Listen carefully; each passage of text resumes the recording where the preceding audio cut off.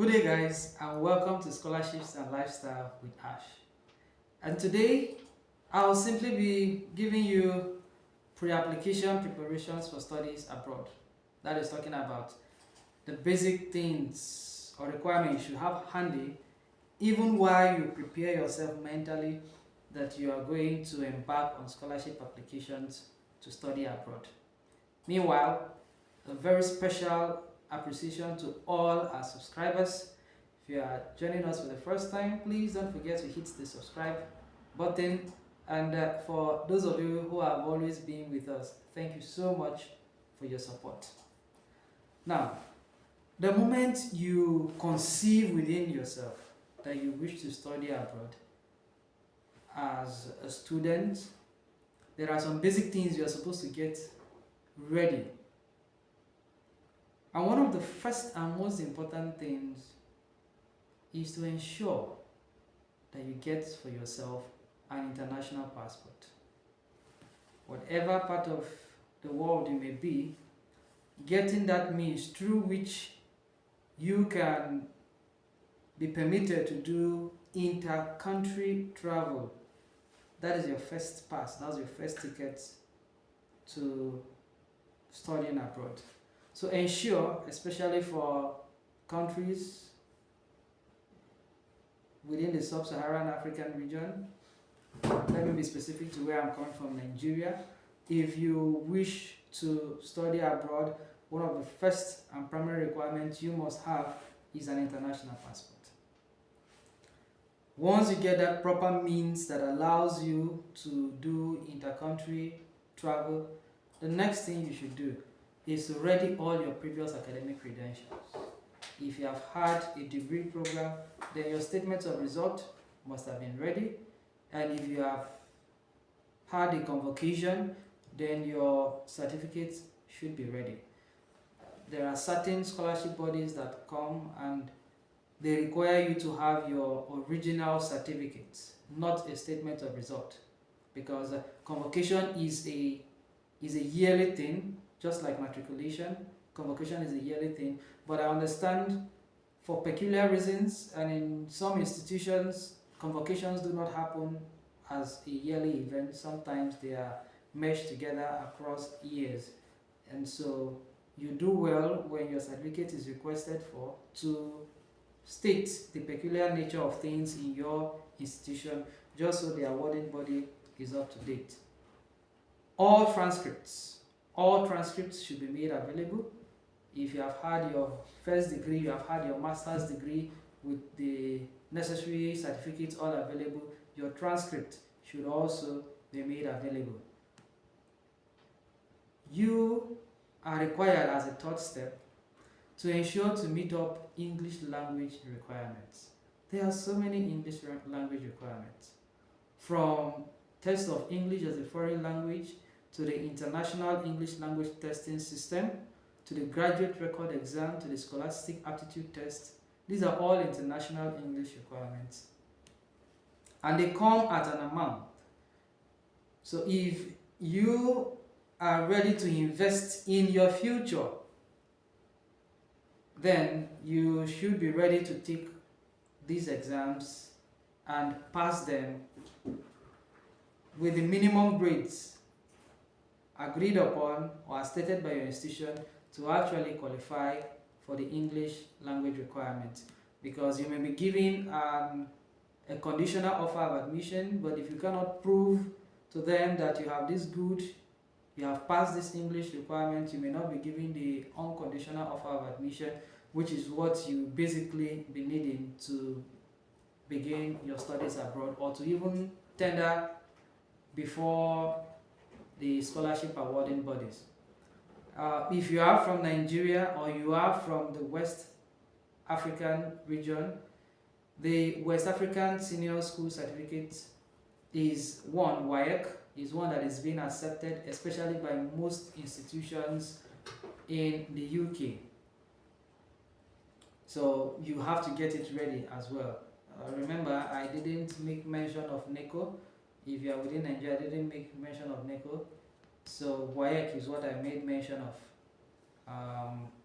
So attention is more to WAEC because it is interregional, not just within the country.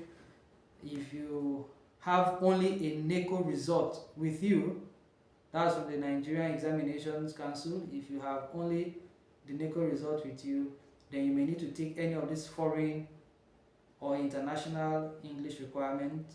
If you have your WAEC with you and your school of interest has given the WAEC as a requirement, which if you have, then it's a smooth sail for you. Another requirement often comes if your undergraduate studies or postgraduate diploma, as the case may be, was administered or taught in English language. If this has been done and there is a proof to it, then it's also been accepted as an English language requirement. If you have been working and you are able to have an English proficiency certificate or letter issued from your institution to your work institution to your institution of study abroad, that too can be accepted as a requirement attesting that you have met up the English language requirement as stated.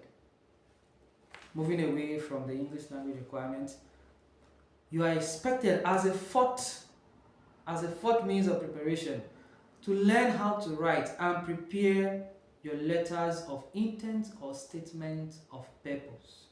There will be a special video to talk about letters of intent and statement of purpose subsequently, so just look up our channel and you get to see a video on that. So learn how to prepare and keep ahead of time based on the interests you have to pursue a program in that institution. Why that program, why that institution, why that course, what has inspired you, because the statement of purpose is all about yourself. Moving from your background, what has inspired you, what you basically have to offer, why you have to choose that institution, and what is it that institution has to offer, and where you wish to go with all of those. And that's the fourth requirement. As a fifth requirement, ensure you have an email and online friendly referees. The first part, you need to have an email, and you need to always be frequent on your email to check for responses, feedback, and to also make inquiries, ask questions. Your email is your basic and most efficient means of communication when you have to seek for admissions in foreign institutions. Online friendly referees, talking about those persons who know you, can attest and make good statements of you, who can draw up recommendations for you. They need to be online friendly persons. You do not put forward a referee who hardly checks his or her email, or who cannot navigate through simple forms created by various institutions. While some institutions will prefer written recommendations, other institutions will simply send a link to the referee, and the referee has to log on to their site and fill in the necessary information they need to fill about you. So if you in your choosing of referees, there should be persons who are online friendly, so they can always be up to date, because sometimes they require them to make responses within a very short period of time, and if they are not online or tech savvy people, it becomes a major problem, and without their statements you may not get the offer which you are looking for. Ensure to have at least 2 to 3 or 4 persons, but they should be consistent with the persons or the contacts of referees you have provided in your CV. Do not provide different referees in your CV, and the referees that have to respond to your email or to your recommendations abroad are different persons. There should be coherency. They should be the same. So try and get very reliable and online friendly persons. As a sixth means of preparing, you should get ready with the application when required. Get ready with the application when required, because there are always dates and times, deadlines made available. So look out for when the scholarships are opening, look out for how long they have to last, and look out for the deadlines, just so you are prepared at every point in time to make the application. Ensure you have a good Android device or Apple device to ease your application process. This helps you to access remotely, even when you are far away from a computer system, to be able to access information on your email, follow up on your applications. A lot of persons have missed out on their scholarship offers or some other kind of offer because they didn't really pay attention to checking their mails frequently. And you can do that by just the press of the button away if you are with your Android or iPhone device at any point in time. Remember to have a functional and active email that you can always have access to. Very important. It goes along with the point I just mentioned. Always have access to the internet. Ensure within the period of time you are making applications online to be within regions where you can always have access to the internet. If you do not have access to the internet, you will not be able to see your mails, your emails. You will not be able to make inquiries when there is a need to make inquiries. If you fell short of submitting a document and there is feedback as to when you should provide a particular document, you may not provide it within the window of time left for that application to close, and you may actually miss out on that offer. Ladies and gentlemen, I have said quite so much in this video. If you missed out on any of the points, please do rewatch the video again and get yourself very much prepared for when the scholarship offer you're looking for begins to open up. Have all of these things, and believe me, you're not going to miss out on any of the offers. Thank you so much. Do not forget to subscribe. Do not forget to comment. Do not forget to share. Do not forget to invite others as well to come and benefit from what you have heard. Thank you so much, and best wishes.